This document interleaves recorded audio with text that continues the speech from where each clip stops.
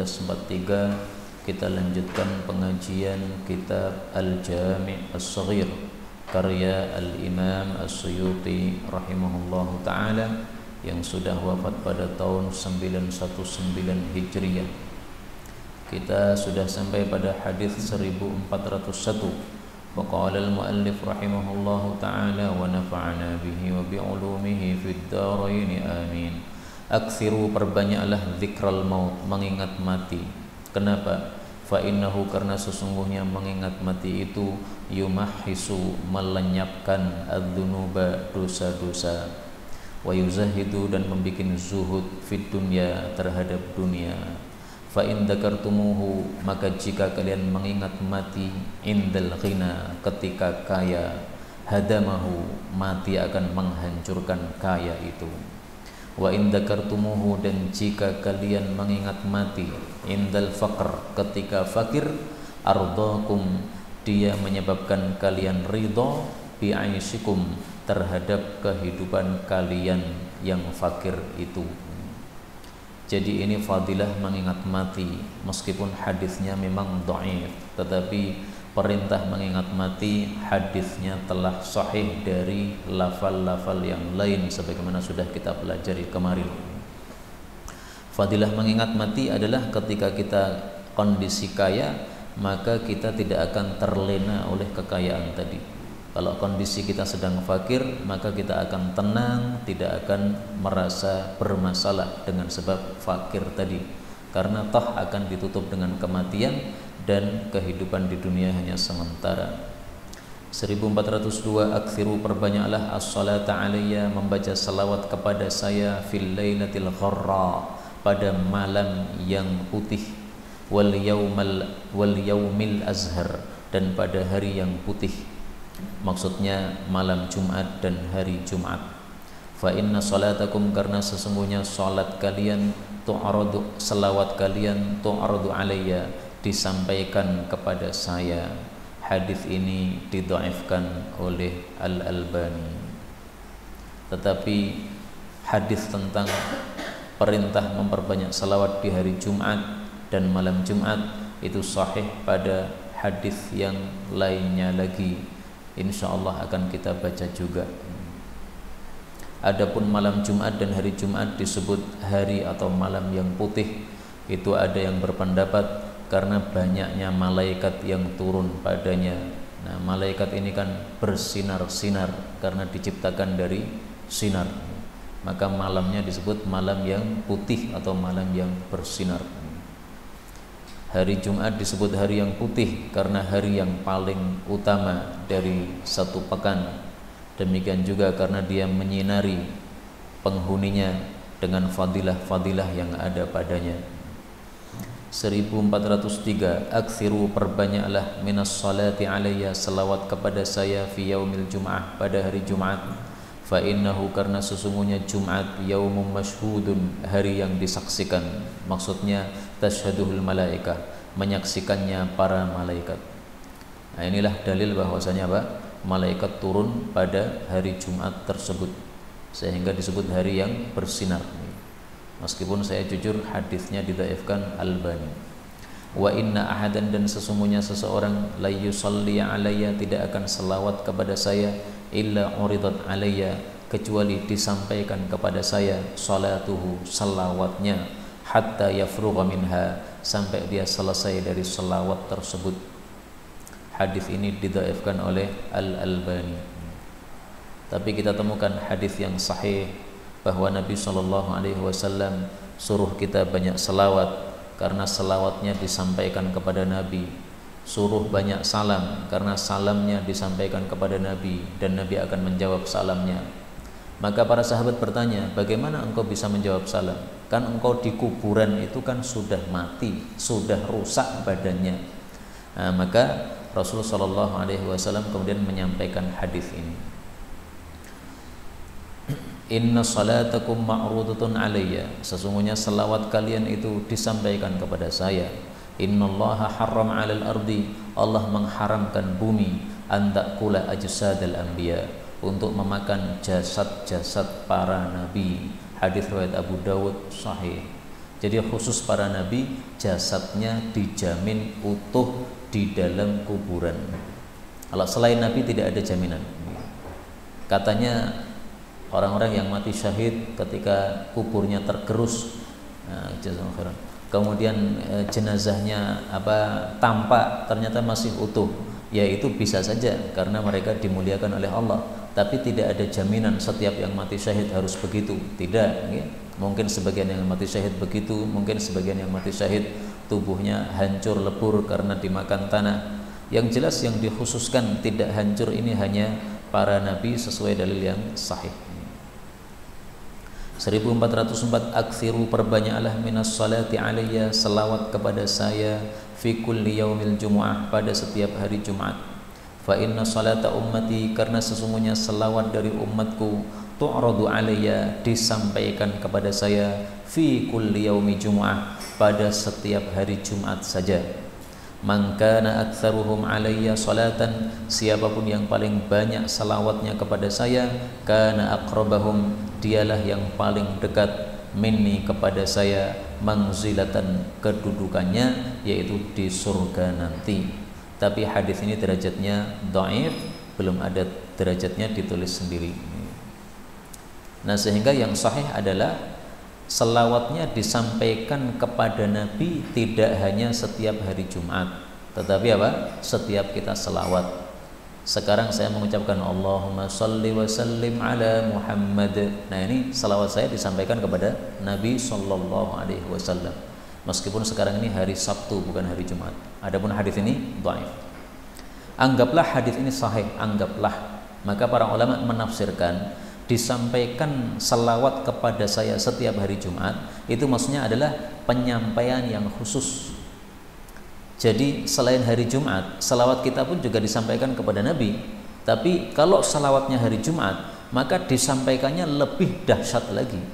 Kenapa? Karena hari Jumat adalah hari yang paling mulia, sehingga Allah akan berikan kemuliaan-kemuliaan atau keistimewaan untuk amalan-amalan kita, termasuk juga selawat tersebut. Ya, ini cara mengkompromikan antara hadis ini dengan hadis yang sebelumnya tadi yang mengatakan bahwa selawat disampaikan kepada Nabi tidak harus pada hari Jumat.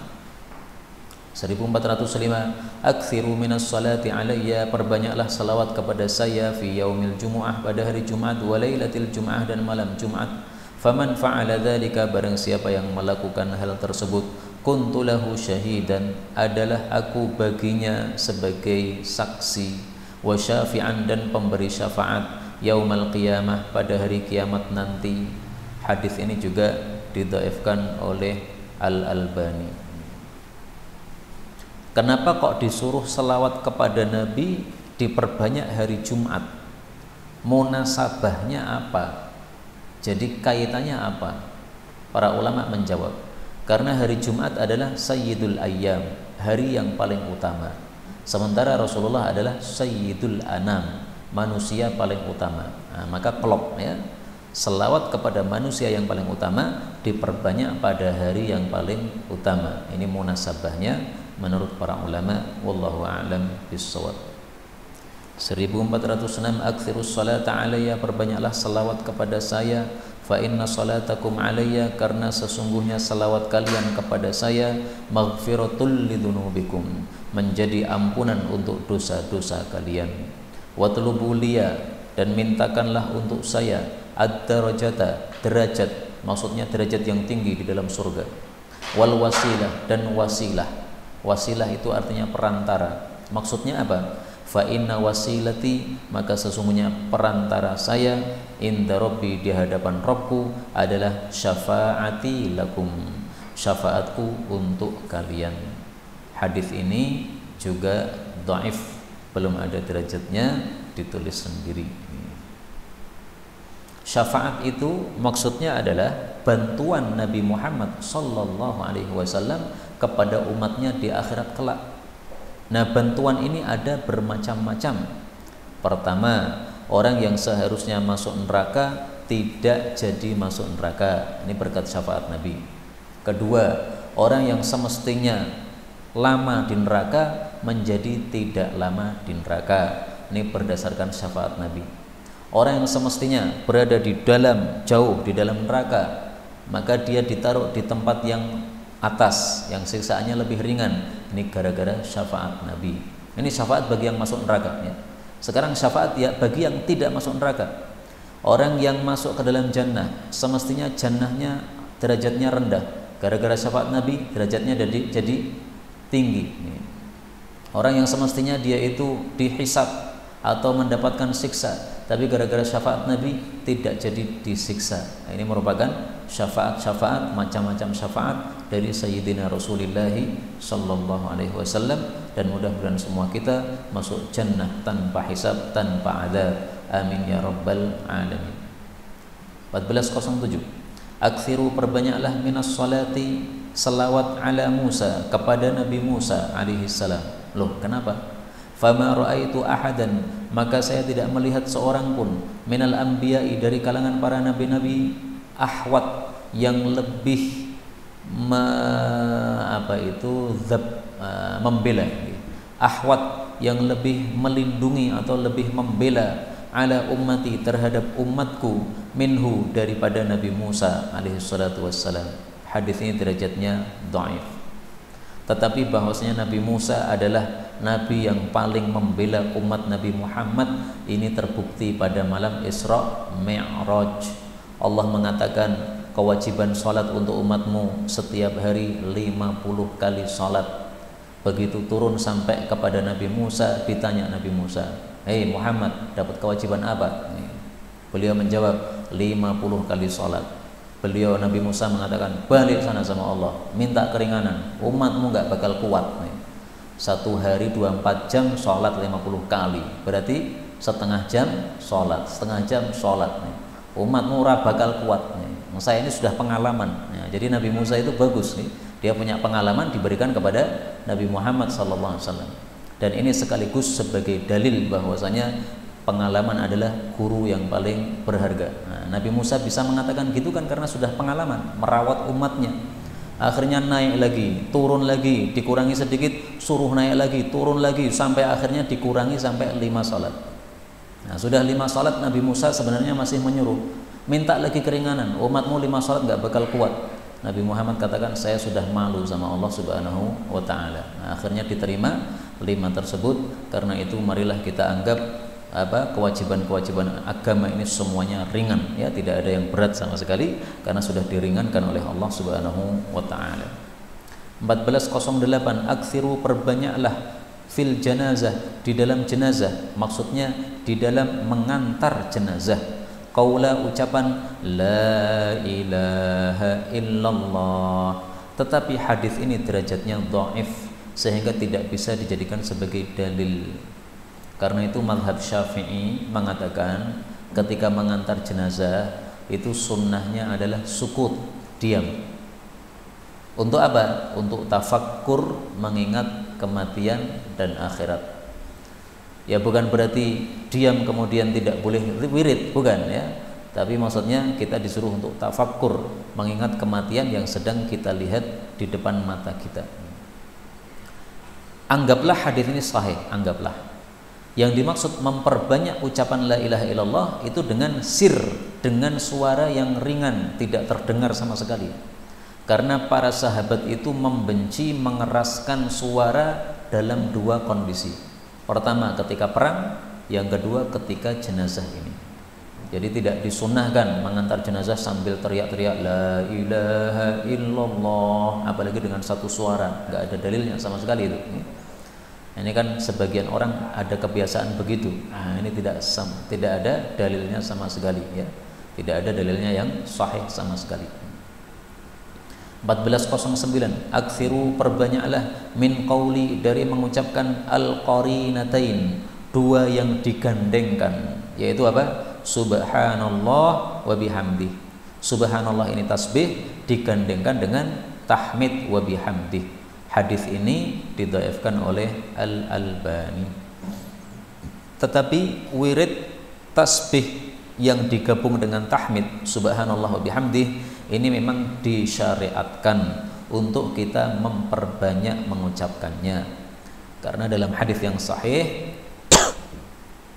Rasul sallallahu alaihi wasallam bersabda, qulu subhanallah wa bihamdih mi'ata marrah.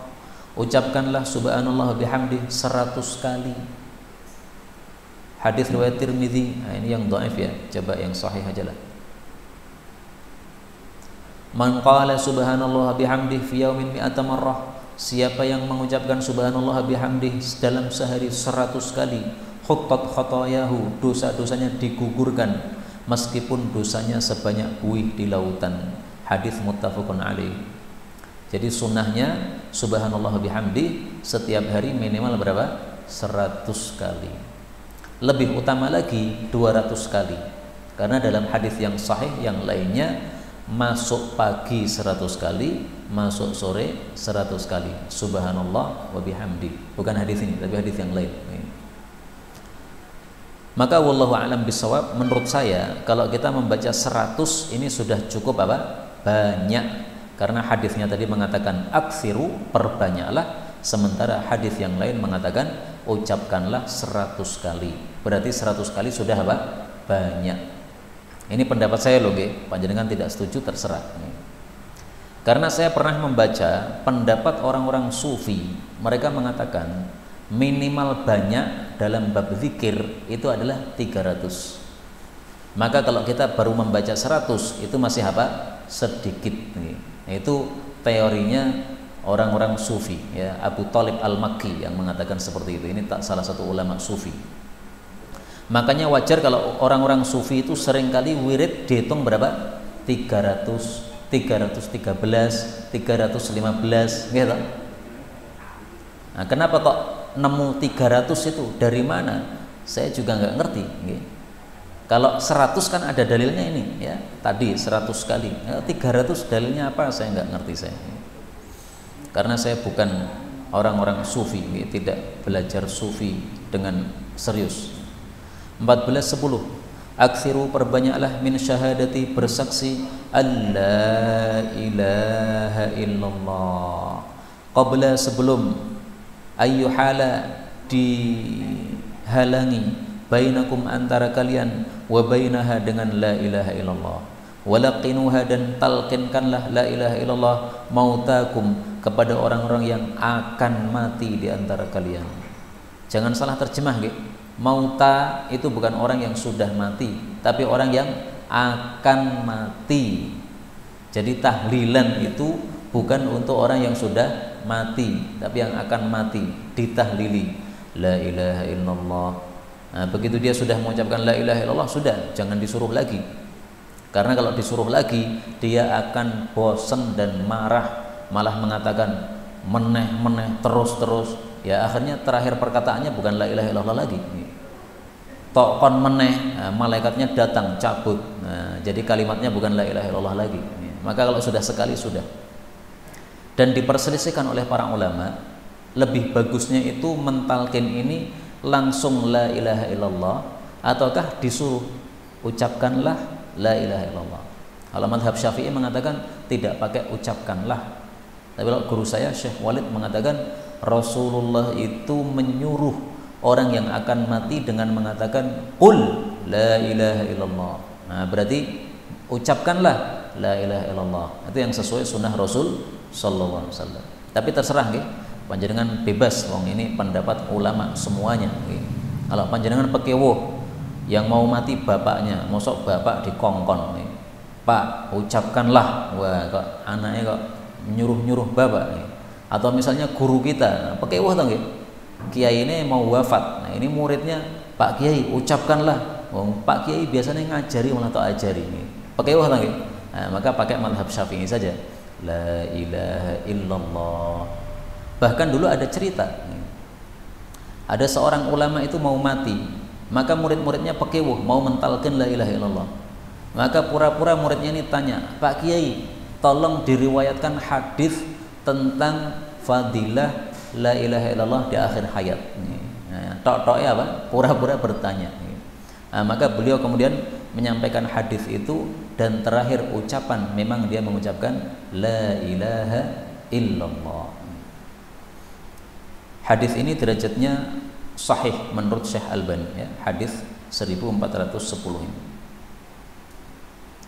Dan juga diperselisihkan oleh para ulama, mentalkin mayit itu la ilaha illallah saja atau ditambahkan Muhammadar Rasulullah. Menurut mazhab Syafi'i atau yang dipilih oleh mazhab Syafi'i adalah tahlil saja. Jadi tidak pakai asyhadu anna Muhammadan Rasulullah, hanya tahlil. Tapi memang ada yang berpendapat disertai dengan Muhammad Rasulullah. 14-11 Aksiru, perbanyaklah min qauli, ucapan la haula, tidak ada daya, maksudnya tidak ada daya untuk meninggalkan maksiat, wala quwata, dan tidak ada kekuatan, maksudnya tidak ada kekuatan untuk melakukan kebaikan, illa billah, kecuali dengan Allah, maksudnya dengan pertolongan Allah. Fa innaha, karena sesungguhnya ucapan hauqalah, yaitu la haula wala quwata illa billah, min kunuzil jannah, termasuk dari simpanan-simpanan jannah. Hadis ini disahihkan Al-Albani. Maksudnya adalah kalau kita mengucapkan la haula wala quwata illa billah, pahalanya adalah kita diberi sesuatu yang sangat istimewa di dalam jannah, sehingga disimpan. Kata-kata simpanan ini menunjukkan apa? Istimewa. Karena kalau sesuatu yang tidak istimewa tidak akan disimpan. Panjenengan punya emas, disimpan atau ditaruh di luar rumah, pastikan disimpan. Panjenengan punya upil, dibuang atau disimpan? Kalau disimpan paling di bawah meja, gitu. Nah, di bawah meja itu sama dengan nggak nyimpan itu, karena tidak ada nilainya. Nah, maka kata-kata kunuz, simpanan, ini menurut para ulama menunjukkan hadiahnya istimewa. Jadi kalau kita ditanya apa sih pahalanya la haula wala quwata illa billah, ya kita nggak ngerti. Disimpan oleh Allah. Disimpan itu sesuatu yang istimewa, kita nggak ngerti fadilahnya apa, nggak ngerti. Karena itu sangat bagus kalau kita setiap hari membaca la haula wala quwata illa billah 100 kali. Karena di sini aksiru, perbanyaklah. Teori saya tadi ya, banyak itu 100 sudah cukup banyak. Karena hadis yang lain menyuruh kita 100. Tapi kalau panjenengan pakai teori orang-orang sufi 300 kali, ya boleh. La haula wala quwata illa billah ini enggak ada batasnya. Mau 1000 boleh, mau 100 boleh, mau 300 boleh. Nah, kalau derajat kita derajat orang-orang yang biasa ya serasa agak 100 saja sudah. Nanti panjenengan ngambil 1000 cuma 1 hari tok, besok enggak la haula wala quwata illa billah lagi. Nah, mending 100 tapi dilazimi setiap hari la haula wala quwata illa billah 100 kali. 14-12 Aksiru, perbanyaklah min tilawatil Quran, membaca Al-Quran, fi buyutikum, di rumah-rumah kalian. Maksudnya rumah ini ya tempat kalian tinggal, tidak harus rumah. Kalau dia tidak punya rumah ya di mana dia tinggal. Fa innal baita, maka sesungguhnya rumah, alladzi yang yuqra'u fihi al-Quran, dibacakan padanya Al-Quran, yaqillu khairuhu, akan sedikit. Sesungguhnya rumah yang tidak dibacakan Quran padanya, yaqillu khairuhu, akan sedikit kebaikannya, wa yakthuru syarruhu, dan akan banyak keburukannya, wa yadhiqu ala ahli, dan akan sempit, jadi terasa sempit terhadap penghuninya. Hadis ini dhaif, akan tetapi maknanya sahih. Kenapa? Karena membaca Quran menyebabkan turunnya berkah. Nah, kalau turun berkah otomatis banyak kebaikan, sedikit keburukan. Sebaliknya, kalau tidak baca Quran, tidak turun berkah, berarti kebaikannya menjadi sedikit.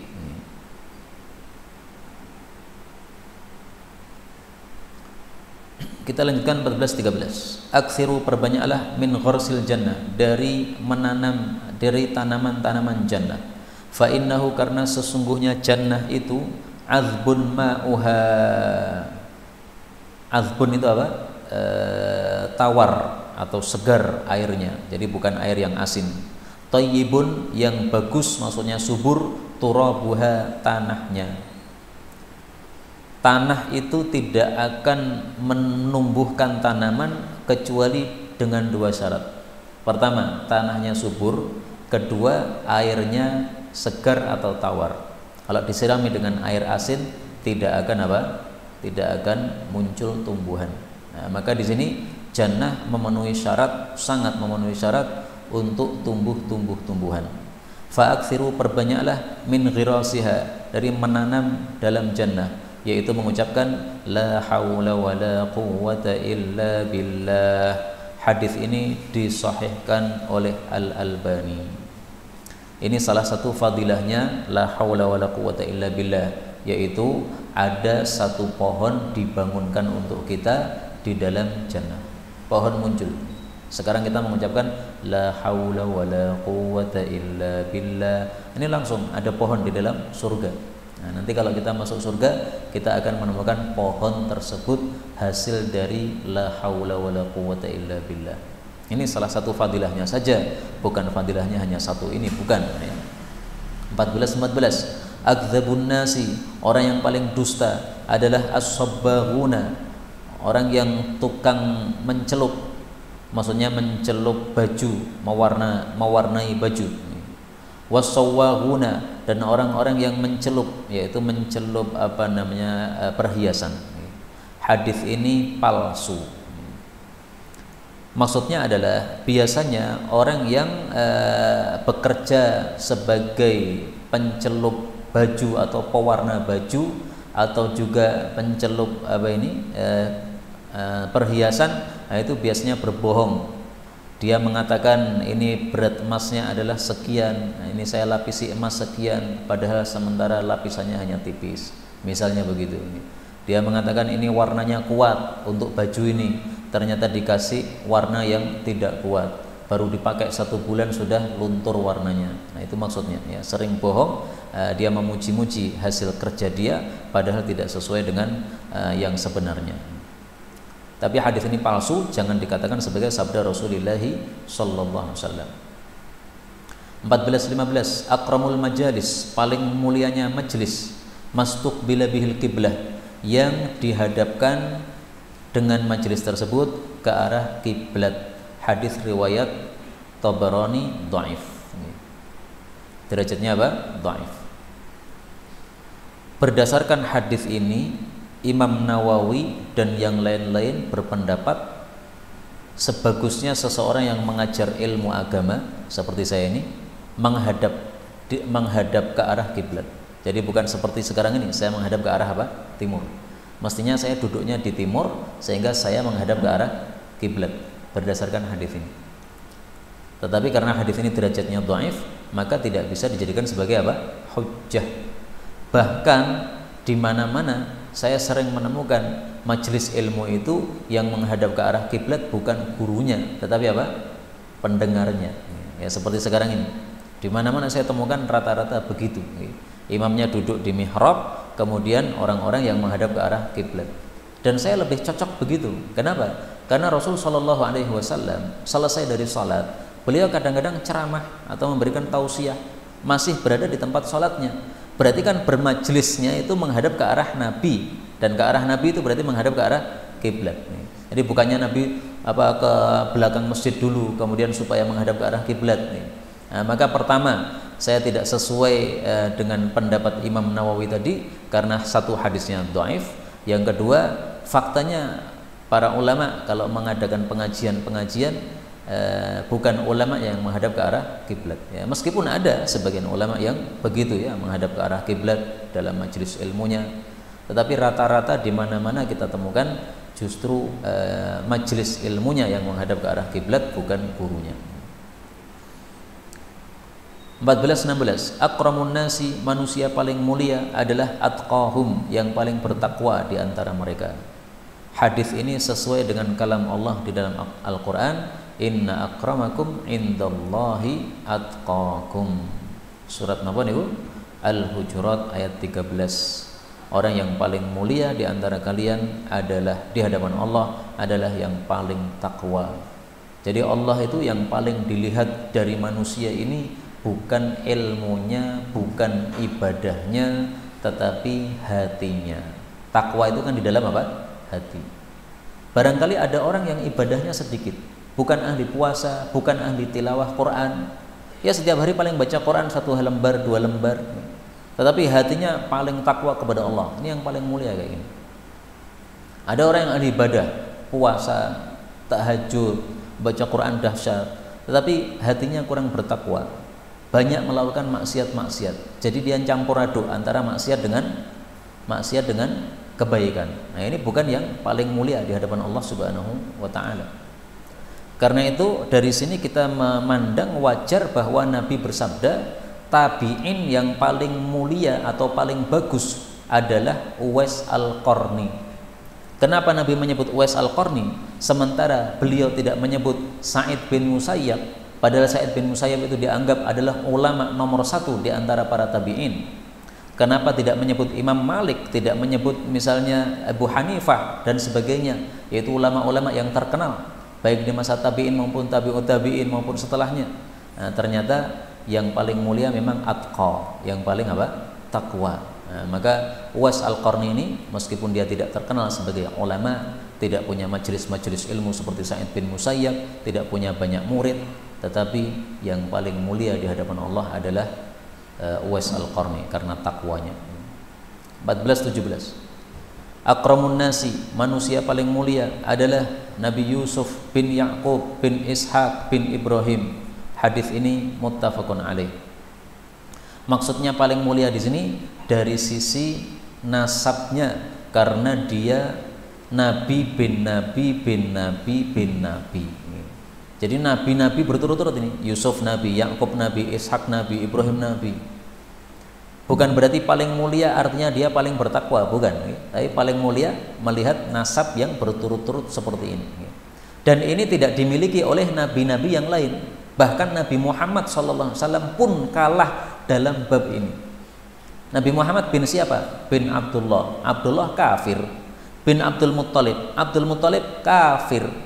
Bin Hashim kafir. Nah, kafir. Tapi bisa jadi mereka-mereka yang mati kafir ini karena dalam masa fatrah, masa di mana belum ada nabi yang muncul, maka mereka termasuk orang-orang yang tidak disiksa oleh Allah Subhanahu wa taala nanti di akhirat. Wa ma kunna mu'adzibina hatta nab'atsa rasula.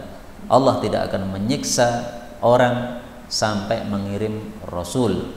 Nah, kalau mereka memang tidak tahu karena belum ada rasul, ya tidak akan disiksa oleh Allah Subhanahu wa taala. Maka masih ada kemungkinan bapak nabi ini, kakek nabi ini, mereka meskipun matinya kafir tetapi tidak disiksa. Ada kemungkinan ya. Kenapa? Karena termasuk ahli fatrah. Wallahu a'lam bishawab.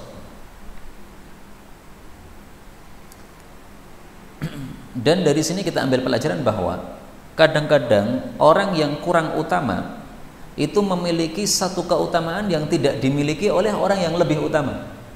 Nabi Yusuf sama Nabi Muhammad, siapa lebih utama? Nabi Muhammad SAW. Tapi Nabi Yusuf di sini punya kelebihan yang tidak dimiliki Nabi Muhammad SAW. Itu dari sisi nasab tadi. Maka boleh saja seorang murid lebih utama dari gurunya dalam suatu bab tertentu. Misalnya guru kita itu ilmunya mendalami 10 ilmu. Tetapi dari 10 ilmu ini ada muridnya yang lebih mumpuni ilmunya satu ilmu dari 10 ini. Nah, sehingga secara umum gurunya lebih bagus, ilmunya lebih banyak. Tapi dari satu ilmu, dari 10 ilmu yang dia kuasai ini, ada muridnya lebih menonjol daripada dia. Nggak ada masalah. Karena namanya manusia ini ilmunya tidak akan sempurna. Dimanapun manusia berada pasti menemukan orang yang ilmunya lebih di atasnya. Karena itu dulu ketika Ustadz Mu'in pulang dari Saudi, sudah belajar di Saudi selama 12 tahun, 4 tahun S1, 4 tahun S2, 4 tahun S3 ya, 12 tahun. Nah, pulang dari Saudi kemudian ketemu dengan bapak saya Ustadz Abu Abdillah. Maka bapak saya mengatakan, Ustadz Mu'in, sekarang saya mau belajar sama antum usul fikih ini. Maka Ustadz Mu'in mengatakan, wah gimana Ustadz, antum ini Ustadz saya ini, kok belajar sama saya? Malu beliau, pekewo ini. Nah, maka kata bapak saya, ya nggak apa-apa, gantian. Dulu antum saya ajar, sekarang antum lebih pintar, saya belajar pada antum. Nah, mestinya begitu. Bertemu kepada orang yang lebih pintar dalam suatu bab, maka kita belajar dalam bab tersebut. Meskipun mungkin kita dalam bab yang lain lebih pintar mungkin. Jadi Ustadz Mu'in itu dulu ketika masih muda memang ngaji sama bapak saya. Bahkan termasuk yang menikahkan Ustadz Mu'in adalah bapak saya, Ustadz Abu Abdillah hafizahullahu ta'ala. Dan Ustadz Mu'in sudah wafat rahimahullahu ta'ala. Mudah-mudahan mendapatkan rahmat Allah. Demikian juga kita semuanya nanti mendapatkan rahmat Allah. Amin ya rabbal alamin. Kita lanjutkan 14-18. Akrim, muliakanlah sya'raka, rambutmu, wa ahsin dan berbuat baiklah ilaihi kepada rambutmu. Hadis ini disahihkan Al-Albani. Bagaimana memuliakan rambut? Dijaga dari kotoran-kotoran. Kalau ada kotoran pada rambut kita, bersihkan dengan sampo dan sebagainya. Bagaimana berbuat baik kepada rambut? Dikasih minyak kalau diperlukan, disisiri kalau tidak rapi. Abu Qatadah ini terkenal rambutnya banyak, gondrong, dan rambutnya keras, kaku. Karena Abu Qatadah ini kan terkenal pemberani. Nah, kadang-kadang orang itu terlihat keberaniannya dari rambutnya. Rambutnya nyerotok niku biasanya apa? Orangnya pemberani. Nah, Abu Qatadah sifatnya kayak gitu. Makanya Abu Qatadah ini pakai minyak rambut 2 hari sekali. Kenapa? Rambutnya keras, kenceng-kenceng begitu. Kalau tidak dikasih minyak nanti jadi nyerotok kayak landak, orang pada takut. Berikutnya, dari sini juga saya menegaskan kepada orang-orang yang suka gondrong. Karena itu ada yang sering posting gondrong sunnah Nabi. Saya jawab ngawur. Nggak ada dalilnya gondrong sunnah Nabi. Nabi pernah gondrong, Nabi pernah pendek, Nabi pernah gundul. Nah, jadi sunnah Nabi itu ya semuanya, bukan diambil gondrongnya tok. Terus orang-orang yang mengatakan gondrong sunnah Nabi, saya sering menemukan mereka gondrong tapi ora rapi blas, bentuknya kayak setan nih. Nah, itu malah tidak sunnah kayak begitu. Satu, engkau salah mengatakan gondrong sunnah Nabi, karena Nabi itu tidak selalu gondrong. Kalau Nabi selalu gondrong, betul itu sunnah Nabi. Ini tidak selalu kok. Nabi itu pernah gondrong, pernah biasa, pernah pendek, pernah gundul juga. Kalau kamu katakan gondrong sunnah, jelas salah. Coba satu saja ulama yang mengatakan gondrong sunnah. Saya pengen ngerti, satu aja ulama. Nggak ada. Kalaupun ada itu orang yang disebut ulama zaman sekarang, yang kemudian gondrong-gondrong. Nah, kalau disebut ulama ya banyak orang disebut ulama padahal bukan ulama. Saya pengen ulama yang betul-betul ulama. Dari kalangan sahabat atau tabi'in atau tabi'un, siapapun satu saja ulama yang mengatakan gondrong sunnah Nabi, enggak ketemu. Yang kedua, salah dia adalah tidak memuliakan rambutnya. Padahal di sini akrim, muliakan. Dimuliakan gimana? Ya, ahsin, berbuat baguslah, disisiri, dirapikan. Jangan hanya gondrong tok tapi tidak cakep seperti itu. 14-19, akrimu, muliakanlah auladakum, anak-anak kalian, wa ahsinu, dan perbaguslah adabahum, adab-adab mereka. Hadis ini dhaif, tapi isinya sangat-sangat benar. Bapak itu bertanggung jawab untuk mendidik anak-anak mereka. Yang dimaksud memuliakan anak itu dengan cara mendidik atau memberikan ilmu atau pendidikan kepada mereka. Jadi bukan memuliakan dalam bab-bab dunia, dikasih perhiasan, dikasih baju yang paling mahal, bukan itu ya. Yang dimaksud memuliakan di sini dalam bab ilmu atau pendidikan. Muliakanlah dengan ilmu dan dengan pendidikan terhadap mereka. 14-20, akrimu, muliakanlah hamalatal Quran, para pemikul Quran, yaitu para orang-orang yang hafal Quran. Faman akramahum, barang siapa yang memuliakan mereka, faqad akramani, sungguh dia telah memuliakan saya. Hadis ini dinilai palsu oleh Asy-Syaikh Al-Albani rahimahullahu taala. Istilah hamalatul Quran itu adalah orang-orang yang hafal Quran dan mengamalkan isinya. Ibnul Qayyim menegaskan, siapa yang hafal tapi tidak mengamalkan isinya, falaisa bihamilihi, dia sama sekali bukan pemikul Quran. Memang dia hafal tapi tidak mengamalkan, tidak berusaha mengamalkan, itu bukan hamalatul Quran. Seperti dulu pernah diceritakan kepada saya, ada seorang santri di universitas terkenal di Jakarta, saya tidak sebutkan namanya. Dia terkenal sangat cerdas. Kalau hafalan Quran itu hanya melihat sekali atau membaca sekali, habis itu sudah bisa setoran kepada gurunya, 1 halaman. Setiap hari setor 1 halaman dan cukup membaca sekali sudah langsung hafal. Tetapi kalau dia malam hari biasanya datang ke tempat-tempat dangdutan dan sebagainya begitu. Nah, dia suka musik, kemudian suka mendengarkan musik bersama wanita-wanita yang ada di dalamnya. Akhirnya dia tidak selesai dari belajarnya. Nah, tidak dipilih oleh Allah Subhanahu wa taala sebagai orang yang baik karena memang tingkahnya tidak sesuai ilmunya. Mestinya dia hafal Quran disesuaikan tingkahnya. Wallahu alam ini cerita benar atau tidak, tapi yang cerita ini adalah salah satu alumni sana juga. Nah, jadi kalau saya tidak percaya itu juga susah, karena dia menceritakan tentang kondisi yang dia lihat dari salah satu temannya. 14:21. Akrimu, muliakanlah al-mi'za, kambing. Wamsahu, dan usaplah biroghamiha. Rogham itu artinya debu, ya, maksudnya debu yang menempel pada tubuhnya. Usaplah debu yang menempel pada tubuhnya. Fa innaha, karena sesungguhnya kambing itu min dawabil jannah, dari binatang-binatangnya jannah. Hadis ini dhaif, tetapi saya temukan yang sahih yang semakna dengannya, ya.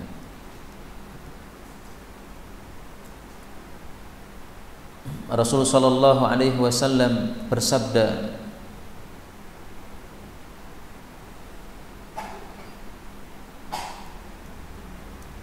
tanpa bak misalnya, roghamaha. Rasul sallallahu alaihi wasallam bersabda, sallu fi murahil ghanam wamsahu roghamaha fa innaha min dawabil jannah. Hadis riwayat Baihaqi, derajatnya sahih. Jadi maksudnya dhaif itu adalah dhaif dengan lafal nomor 1421 ini, akrimul mi'za. Nah, dengan lafal ini apa? Dhaif.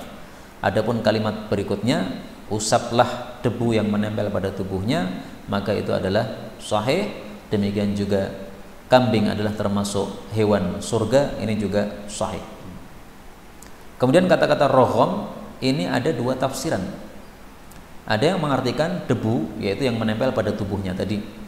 Ada yang mengartikan ingusnya, jadi yang keluar dari hidungnya kambing. Nah, itu kan keluar tuh. Nah, itu suruh diusap, maksudnya supaya bersih. Jadi kita merawat kambing seperti merawat anak kita. Anak kita kalau umbelen kan kita usap, kan? Kadang-kadang disedot pakai sedotan, nah, supaya bersih, supaya cakep. Nah, kita punya kambing hendaklah juga dirawat seperti itu. Nah, maka ini mengandung dua perintah, ya, membersihkan tubuhnya dari debu-debu yang menempel, juga membersihkan wajahnya dari ingusnya. 14:22. Akrimul mi'za wamsahur roghma minha. Roghma tadi, ya, debu atau ingus. Wasallu, dan salatlah fi murahiha, pada kandangnya. Fa innaha min dawabil jannah, dia termasuk hewannya surga. Maksudnya di surga nanti ada kambing-kambing. Hadis ini juga dhaif, tetapi maknanya sahih sesuai hadis yang tadi kita tampilkan. 14:23. Akrimu, muliakanlah al-khubza, roti. Hadis ini sahih. Nah, ini termasuk roti, nggih. Nah, ini hendaklah dimuliakan. Gimana memuliakannya? Jangan didudui. Jangan sampai sambil kajian begini supaya rotinya remuk, nanti makannya lebih gampang, kita dudui gen remuk. Nggak boleh, itu tidak sopan. Loh, apa ada orang yang mendudui roti? Ada. Saya waktu santri itu pernah kok melihat ada seorang membawa roti yang 1000-an itu yang bunder, kemudian dia taruh di bawah pantatnya, didudui gitu, dipencet sampai apa? Sampai gepeng. Nah, setelah gepeng-peng itu, kemudian dia tertawa mengatakan, wah, ini rotinya sudah enak, baru dimakan. Aneh-aneh rangenah. Roti kok dibokongi sampai gepeng, itu karepe piye ra mudeng. Itu mungkin nggak pernah mendengar sabda Nabi ini, muliakanlah roti. Nggak boleh didudui dengan pantat begitu. Nah, itu santri ranggenah nih. Para ulama berselisih pendapat, apa hukumnya roti kemudian ditaruh di atasnya lauk. Sebagian berpendapat ini tidak memuliakan, karena memuliakan itu mestinya ditaruh di atasnya, rotinya yang di atas, bukan lauknya. Nah, kalau ibu-ibu ada yang buat donat, donat kan di atasnya dikasih topping, toh, nggih. Nah, itu nggak sopan nih, toppingnya mestinya di bawahnya. Itu namanya memuliakan roti. Ini pendapat yang pertama. Pendapat yang kedua mengatakan, ya orang ngono bro. Namanya lauk itu mestinya tempatnya apa? Di atas. Karena kalau toppingnya di bawah, ora payu donat ini. Donatmu kayak elek banget nih. Padahal bawahnya ada toppingnya. Nah, gara-gara nggak terlihat nggak ada yang beli. Nah, saya cocok dengan pendapat yang kedua, bahwasanya mentopingi donat di atasnya tidak ada masalah, bukan termasuk meremehkan roti. Justru bisa dikatakan memuliakan, karena dengan sebab adanya topping di atasnya itu apa? Menjadi bagus, menjadi menarik, menjadi orang jadi tertarik. Ini berarti memuliakan ini. Nah, maka ikuti pendapat yang kedua saja. Apalagi pendapat itu sesuai dengan perbuatan Nabi. Nabi pernah ngambil roti, kemudian korma ditaruh di atasnya. Kemudian beliau mengatakan korma ini adalah lauknya roti. Nah, berarti menaruh lauk di atas roti tidak apa-apa. Nah, lauknya rotinya Nabi korma, lauknya donat adalah toppingnya itu, nggak ada masalah ditaruh di atasnya. Tapi kalau mau pakai pendapat pertama silahkan, silahkan mencoba buat donat toppingnya taruh di bawah, didol ke payu para Joko. 1424. Akrimul khubza, muliakanlah roti, fa innallah akramahu, karena Allah juga memuliakan roti. Faman akramal khubza, siapapun memuliakan roti, akramahullah, Allah pasti akan memuliakan dia. Hadis ini palsu. 1425 terakhir. Akrimul khubza, muliakanlah roti, fa innallah anzalahu, karena Allah telah menurunkan roti itu min barakatis sama, dari berkah-berkahnya langit, maksudnya air hujan. Wa akhrajahu, dan mengeluarkan roti min barakatil ardi, dari berkah-berkahnya bumi, maksudnya tanaman. Hadis ini juga dhaif. Maksudnya gimana? Roti itu bahannya apa? Satu, air, ya kan? Air sumbernya dari mana? Langit. Roti itu bahannya apa lagi? Gandum. Gandum dari mana? Dari tanaman, tanaman dari bumi. Itu maksudnya. Jadi isinya ya benar, memang roti itu adalah kumpulan atau gabungan antara barokah langit dan barokah bumi. Ada seseorang ahli zuhud ketika didatangi oleh temannya, dihidangkan roti. Maka temannya ini membolak-balik rotinya, dipilih yang paling bagus. Maka ditegur oleh ahli zuhud ini, kamu ngapain ya, roti kok dibolak-balik begitu? Kamu tahu nggak, sebelum roti jadi roti, ini ada ratusan orang yang terkait dengan roti ini. Pertama kali yang terkait dengan roti ini adalah malaikat Mikail, karena malaikat Mikail itu petugas hujan. Nah, roti ini dari air hujan. Kalau kamu meremehkan roti ini, kamu anggap yang jelek tidak pantas dimakan, kamu singkirkan, kamu pilih yang bagus saja, berarti kamu meremehkan Mikail kamu. Dan yang terakhir yang berkaitan dengan roti adalah orang yang membuat roti tersebut, yang membuat adonan. Nah, maka kalau kita meremehkan roti, itu sama dengan meremehkan semua yang sudah punya kaitan tadi. Ghazali mengatakan orang yang roti yang terbuat itu ada 300-an orang yang yang ikut turut untuk membuatnya. Pertama malaikat Mikail, dan yang terakhir adalah pembuat roti tersebut. Karena itu roti apapun jangan diremehkan. Roti gosong nggih makanlah, roti lezat nggih makanlah, roti atos nggih makanlah, roti seret nggih makanlah. Jangan mengatakan roti seret orang genah. Nah, jangan begitu. Udah nggak suka, udah diem aja lah. Nggak usah meremeh-remehkan begitu. Ya, itu makna dari akrimul khubza, muliakanlah roti. Tidak suka jangan mencela, jangan menyebut roti gosong, roti ireng, roti elek, roti seret, nggak usah begitulah. Nggak suka berikan kepada saya, udah selesai. Inilah yang dapat kita pelajari, benarnya dari Allah. Kalau ada